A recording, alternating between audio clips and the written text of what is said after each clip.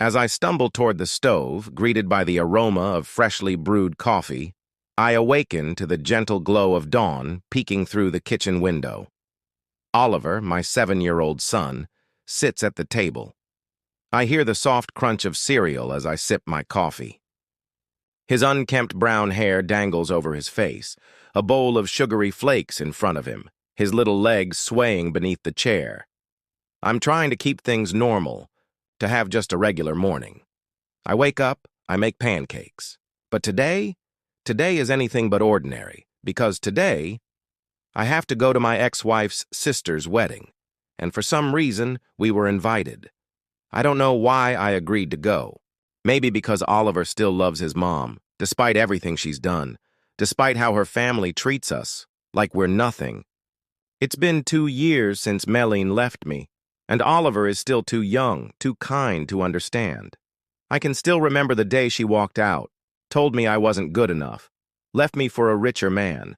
My job at the restaurant? It was fine. I made a living. But for her, it wasn't enough. She wanted more. And when she left, the stress ate away at me. My focus slipped and the owner demoted me.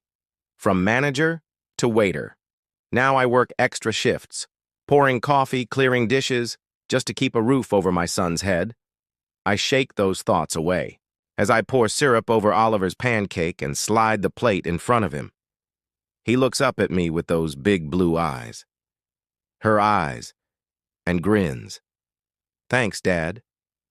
And just like that, it's enough to keep me going. But tonight is going to test me.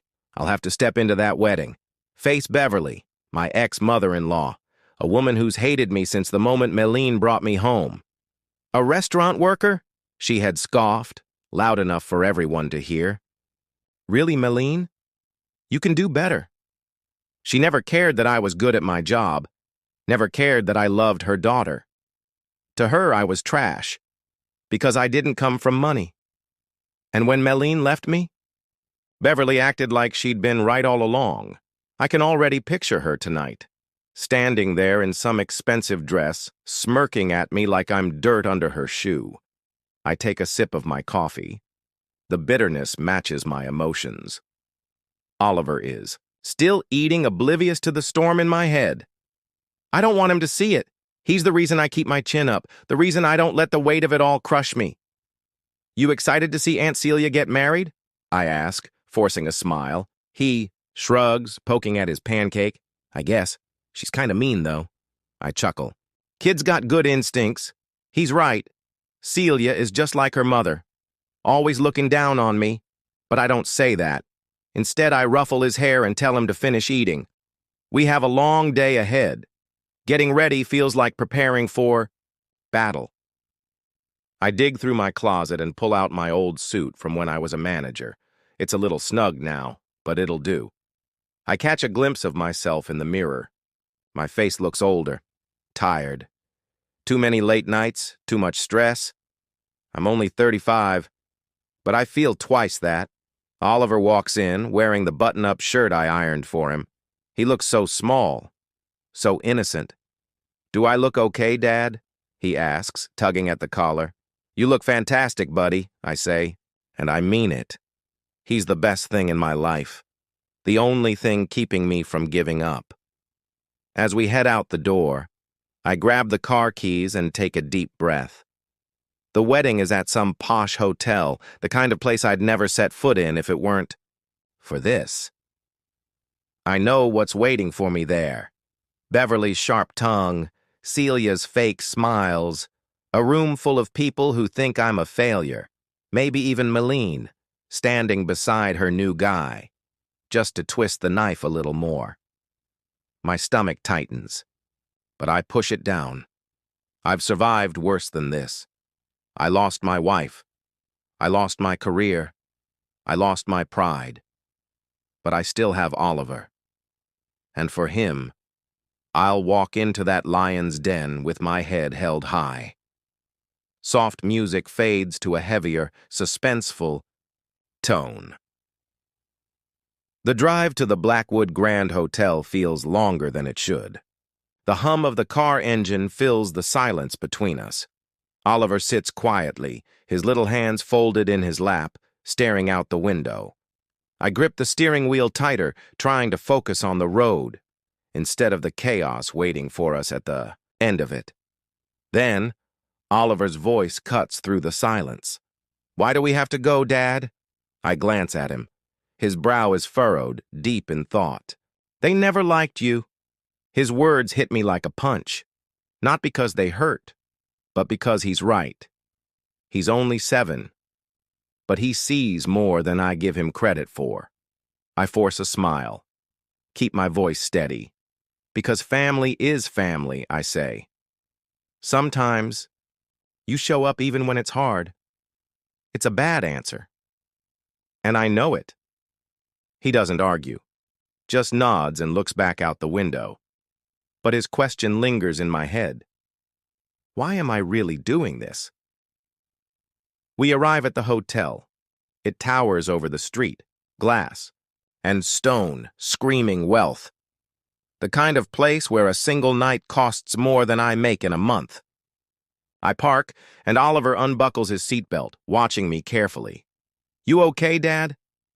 I hate that he's worried about me. "Yeah, I'm okay." I force a grin. "Come on, maybe they'll have cake." That makes him smile. Cake is a small thing, but tonight, it's something to hold on to. I don't know what to say, so I just draw him close, my arm around his shoulders, and grip on tight. He's small, but right now, he's the biggest thing in this place. I'm sitting there, my arm still around Oliver, as the ballroom spins into mayhem around us. The recording's done playing, yet its echoes are bouncing off the walls, stirring up the throng like a kicked beehive. Individuals are talking all at once, their voices loud and crisp.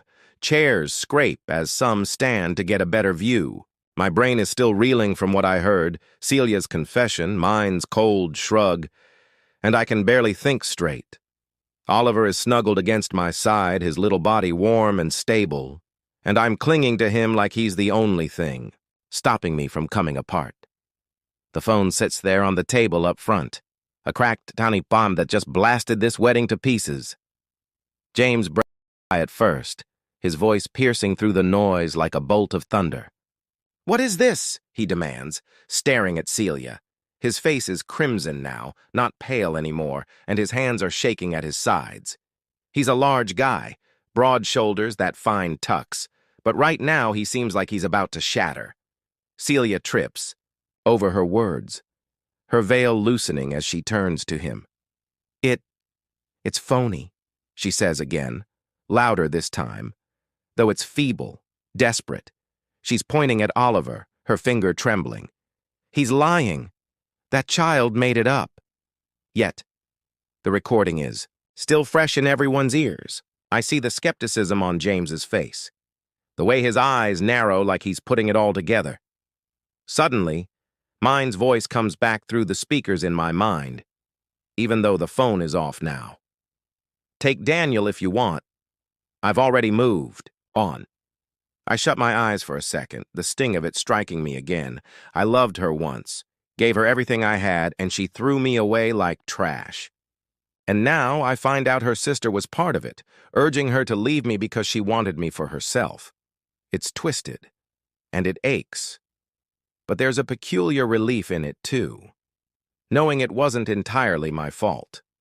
I open my eyes and stare at Oliver. His little jaw is set tight. He's watching the mess unfold, and I wonder, how long has he been holding this? Planning this? James isn't waiting for further explanations. He yanks at his tie, loosening it like it's choking him, and then he grabs the wedding band off his finger. "We're done," he says, his voice hard and final. He throws the ring down. It strikes the floor with a crisp clink, sliding under a table. The crowd gasps, some people clapping like it's a spectacle, others murmuring in astonishment. Celia shouts, a high, frantic shriek, and runs for him, grasping his sleeve. "James, no! You don't understand!" she yells. But he shakes her off, his face dark with wrath. He doesn't even glance back as he storms toward the exit, his sneakers loud on the marble floor. Beverly finally moves, racing forward like she can. "Fix this! James, wait!" she calls, her voice sharp. But he's already gone, the door slamming shut behind him. She spins around, her green dress swishing, and glares at Celia. "What have you done?" she hisses, but Celia is too busy sobbing, her hands covering her face, mascara pouring down her cheeks. The guests are on their feet now, some headed for the bar, others clustering in tiny groups, their whispers building into a cacophony. I can hear bits of it. "Did you hear that?" She adored the waiter. Poor James. And it's like I'm not even here, just a ghost in their gossip. I look at Beverly. She's staring right back at me, her eyes flashing with rage. But for once, I don't feel small under that glare. I feel something different, something scorching, something steadily growing in my chest. Justice. After all the years of her sneers, her insults, her treating me like trash, it's finally turning back on her. I can't help it.